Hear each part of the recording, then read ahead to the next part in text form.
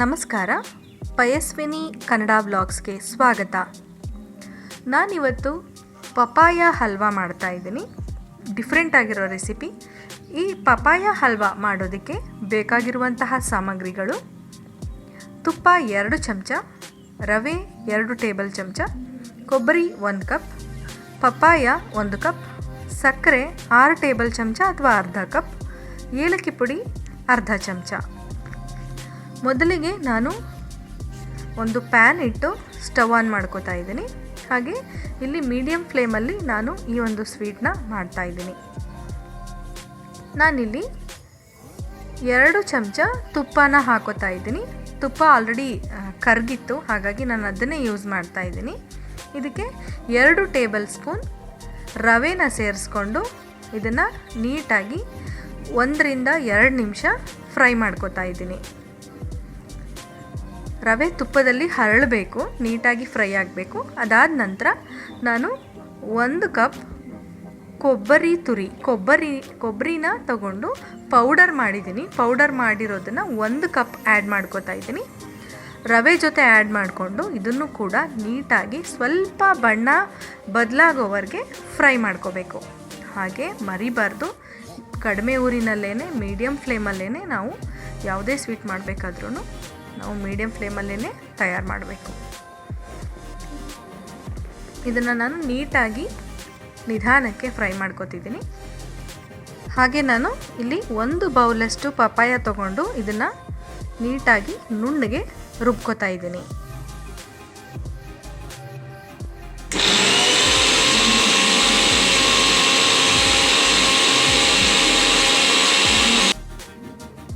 ಈಗ ಆಗಿದೆ, ಇದು ಪಪಾಯ ಪೇಸ್ಟ್ ರೆಡಿ ಆಗಿದೆ.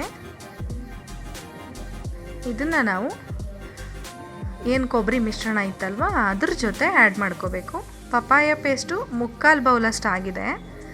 1 ಬೌಲ್ ಪಪಾಯ ತೊಗೊಂಡಿದ್ದೆ, 3/4 ಕಪ್ಪಷ್ಟು ಆಗಿದೆ. ಇದನ್ನು ನಾನು ಕೊಬ್ಬರಿ ಮಿಶ್ರಣಕ್ಕೆ ಆ್ಯಡ್ ಮಾಡಿ ನೀಟಾಗಿ ನಾನು ನಿಧಾನಕ್ಕೆ ಫ್ರೈ ಮಾಡ್ಕೋತಾ ಇದ್ದೀನಿ. ಇಲ್ಲಿ ನೋಡ್ತಾ ಇರ್ಬೋದು, ಫ್ರೈ ಮಾಡಬೇಕಾದ್ರೆ ಅಲ್ಲಿ ನಾವು ಕೈ ಆಡಿಸುವಾಗಲೇ ಗೊತ್ತಾಗುತ್ತೆ, ಮೊದಲು ತಳ ಅಂಟ್ತಾ ಇರುತ್ತೆ. ಬರ್ತಾ ಇದು ತಳ ಅಂಟದೇ ಇರೋ ಥರ ಇಲ್ಲಿ ನೋಡ್ತಾ ಇರ್ಬೋದು. ಅದು ಒನ್ಸ್ ಫ್ರೈ ಆದಮೇಲೆ ಈ ಥರ ಕನ್ಸಿಸ್ಟೆನ್ಸಿ ಬರುತ್ತೆ. ಈ ಹದಕ್ಕೆ ಬಂದ ಮೇಲೆ ನಾವು ಸಕ್ಕರೆನ ಆ್ಯಡ್ ಮಾಡ್ಕೋಬೇಕಾಗುತ್ತೆ. ಹಾಗಾಗಿ ನೀಟಾಗಿ ಹದ ನೋಡಿಕೊಂಡು ನಾವು ಫ್ರೈ ಮಾಡ್ಕೋಬೇಕು. ಈಗ ನಾನಿಲ್ಲಿ 6 ಟೇಬಲ್ ಸ್ಪೂನ್ ಸಕ್ಕರೆ, 5 ರಿಂದ 6 ಟೇಬಲ್ ಸ್ಪೂನ್ ಸಕ್ಕರೆ ಆ್ಯಡ್ ಮಾಡ್ತಾಯಿದ್ದೀನಿ, ಅಥವಾ ಅರ್ಧ ಬೌಲಷ್ಟು ಸಕ್ಕರೆನ ಆ್ಯಡ್ ಮಾಡ್ತಾಯಿದ್ದೀನಿ. ಯಾಕಂದರೆ ಪಪಾಯ ತುಂಬ ಸ್ವೀಟ್ ಆಗಿರೋ ಪಪಾಯ ತೊಗೊಂಡಿದ್ದೆ ನಾನು, ತುಂಬ ಹಣ್ಣಾಗಿತ್ತು. ಆ ಕಾರಣಕ್ಕೋಸ್ಕರ ಅರ್ಧ ಕಪ್ಪಷ್ಟು ಸಕ್ಕರೆ ಸಾಕಾಗುತ್ತೆ.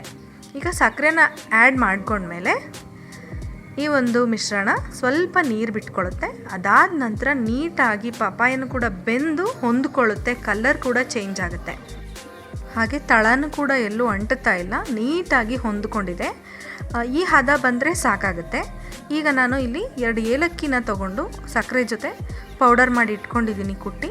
ಇದನ್ನು ನಾನು ಆ್ಯಡ್ ಮಾಡ್ತಾ ಇದ್ದೀನಿ. ಅರ್ಧ ಸ್ಪೂನಷ್ಟಿದೆ. ಇದನ್ನು ಆ್ಯಡ್ ಮಾಡಿ ನಾನು ಮತ್ತೆ 1 ರಿಂದ 2 ನಿಮಿಷ ಮತ್ತೆ ಫ್ರೈ ಮಾಡ್ಕೋತೀನಿ. ಇದು ಗಟ್ಟಿ ಆಗುತ್ತೆ ಕಂಪ್ಲೀಟಾಗಿ. ಇನ್ನು 1 ರಿಂದ 2 ನಿಮಿಷ ಫ್ರೈ ಮಾಡಿದ್ರೆ ನೀಟಾಗಿ ಗಟ್ಟಿ ಆಗುತ್ತೆ, ನೀರೆಲ್ಲ ಕಂಪ್ಲೀಟ್ ಹೀರ್ಕೊಂಡು. ಆ ಗಟ್ಟಿ ಆದಮೇಲೆ ಇದನ್ನು ಟ್ರಾನ್ಸ್ಫರ್ ಮಾಡ್ಕೋಬೋದು ಒಂದು ಬೌಲಿಗೆ ಅಥವಾ ಟ್ರೇಗೆ ಟ್ರಾನ್ಸ್ಫರ್ ಮಾಡ್ಕೋಬೋದು. ನೋಡ್ತಾ ಇರ್ಬೋದು, ಈ ಹದ ಈಗ ಕರೆಕ್ಟಾಗಿ ಆಗಿದೆ. ಇದನ್ನೆಲ್ಲ ನಾವು ಒಟ್ಟುಗೂಡಿಸಿದ್ರೆ ನೀಟಾಗಿ ಅದು ಒಂದು ಕಡೆ ಸೇರ್ತಾ ಇದೆ. ಹಾಗೆ ನಾವು ಇದನ್ನು ತಗೊಂಡು ಅದನ್ನು ಉಂಡೆ ಮಾಡಿದಾಗ ಅದು ಕೂಡ ನೀಟಾಗಿ ಉಂಡೆ ಹಾಕಬೇಕು, ಆವಾಗ ಇದು ರೆಡಿಯಾಗಿದೆ ಅಂತ ಅರ್ಥ. ನಾನಿಲ್ಲಿ ತುಪ್ಪ ಸವರಿರೋ ಒಂದು ಟ್ರೇ ತೊಗೊಂಡಿದ್ದೀನಿ. ಇದಕ್ಕೆ ರೆಡಿಯಾಗಿರೋಂತಹ ಪಪಾಯ ಮಿಶ್ರಣನ, ಹಲ್ವಾ ಮಿಶ್ರಣನ ನಾನು ಹಾಕ್ತಾಯಿದ್ದೀನಿ. ಈಗ ಇದನ್ನು ನೀಟಾಗಿ ನಾವು ಸ್ಪ್ರೆಡ್ ಮಾಡಿಕೊಂಡು ಪೀಸಸ್ ಕಟ್ ಮಾಡ್ಬೋದು. ಇನ್ ಕೇಸ್ ಬಿಸಿಯಾಗಿ ತಿಂತೀವಿ ಅನ್ನೋದಾದರೆ ಯಾವುದೇ ಪೀಸಸ್ ಮಾಡೋ ಅಗತ್ಯ ಇಲ್ಲ.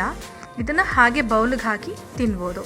ಅಥವಾ ನಾವು ಇದನ್ನು ಇಟ್ಕೋತೀವಿ, ಒಂದು 2-3 ದಿನ ಫ್ರಿಡ್ಜಲ್ಲಿ ಸ್ಟೋರ್ ಮಾಡ್ತೀವಿ ಅನ್ನೋರು ಈ ಥರ ನೀಟಾಗಿ ಒಂದು ಸ್ಪೂನ್ ತೊಗೊಂಡು ನೀಟಾಗಿ ಸ್ಪ್ರೆಡ್ ಮಾಡಿ ಇದನ್ನು 1-2 ರಿಂದ 3 ಗಂಟೆ ಇಟ್ಟರೆ ಸಾಕಾಗುತ್ತೆ, ಸೆಟ್ ಆಗುತ್ತೆ. ಅದಾದ ನಂತರ ಕಟ್ ಮಾಡಿ ಪೀಸಸ್ನ ತೆಗಿಬೋದು. ಈಗ ಇದು ಸೆಟ್ ಆಗಿದೆ. ನಾನು 2.5 ಗಂಟೆ ಆದಮೇಲೆ ಇದನ್ನು ಕಟ್ ಮಾಡ್ತಾ ಇದ್ದೀನಿ. ನೀಟಾಗಿ ಬರ್ತಾ ಇದೆ ಪೀಸಸ್ಸು.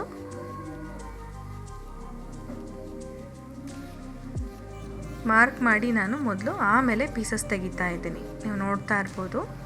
ಇನ್ ಕೇಸ್ ಕಟ್ ಮಾಡಾದಮೇಲೆ ನೀವು ಬೇಕು ಅಂದರೆ ಸ್ವಲ್ಪ ಹೊತ್ತು 1 ಅವರ್ ಅಥವಾ ಅರ್ಧ ಗಂಟೆ ಬಿಟ್ಟಿನೇ ಪೀಸ್ ತೆಗಿಬೋದು, ಏನೂ ಪ್ರಾಬ್ಲಮ್ ಆಗಲ್ಲ. ನಾನಿಲ್ಲಿ ಪೀಸಸ್ ತೆಗಿತಾ ಇದ್ದೀನಿ. ತುಂಬ ನೀಟಾಗಿ ಬರ್ತಾ ಇದೆ. ಈಗ ರುಚಿಕರವಾದಂತಹ ಹಾಗೆ ಅಟ್ರ್ಯಾಕ್ಟಿವ್ ಆಗಿರೋವಂತಹ ನ್ಯಾಚುರಲ್ ಕಲರ್, ಇದು ಯಾವುದೇ ಕಲರ್ನ ಆ್ಯಡ್ ಮಾಡಿಲ್ಲ, ನ್ಯಾಚುರಲ್ ಕಲರ್ ಇದು. ಅಟ್ರ್ಯಾಕ್ಟಿವ್ ಆಗಿ ಸ್ವೀಟ್ ರೆಡಿಯಾಗಿದೆ. ಪಪ್ಪಾಯ ಹಲ್ವಾ ರೆಡಿಯಾಗಿದೆ. ಇದನ್ನು ನೀವು 2-3 ದಿನ ಫ್ರಿಡ್ಜಲ್ಲಿ ಸ್ಟೋರ್ ಮಾಡಿಕೊಂಡು 1 ವಾರನೇ ಫ್ರಿಡ್ಜಲ್ಲಿ ಸ್ಟೋರ್ ಮಾಡಿಕೊಂಡು ತಿನ್ಬೋದು. ಮಕ್ಳಿಗಂತೂ ತುಂಬ ಇಷ್ಟ ಆಗುತ್ತೆ. ಹಾಗೆ ತಪ್ಪದೆ ಮನೆಯಲ್ಲಿ ಟ್ರೈ ಮಾಡಿ ರುಚಿ ಹೇಗಿತ್ತು ಅಂತ ಕಮೆಂಟ್ ಮಾಡೋದನ್ನು ಮರಿಬೇಡಿ. ಈ ವಿಡಿಯೋ ಇಷ್ಟ ಆಗಿದೆ ಅಲ್ವಾ? ಹಾಗಾದರೆ ತಡ ಯಾಕೆ? ಲೈಕ್ ಮಾಡಿ, ಸಬ್ಸ್ಕ್ರೈಬ್ ಮಾಡಿ, ಶೇರ್ ಮಾಡಿ, ಬೆಲ್ ಬಟನ್ ಕ್ಲಿಕ್ ಮಾಡಿ, ಆಲ್ ನೋಟಿಫಿಕೇಷನ್ ಆಪ್ಷನ್ ಸೆಲೆಕ್ಟ್ ಮಾಡಿ.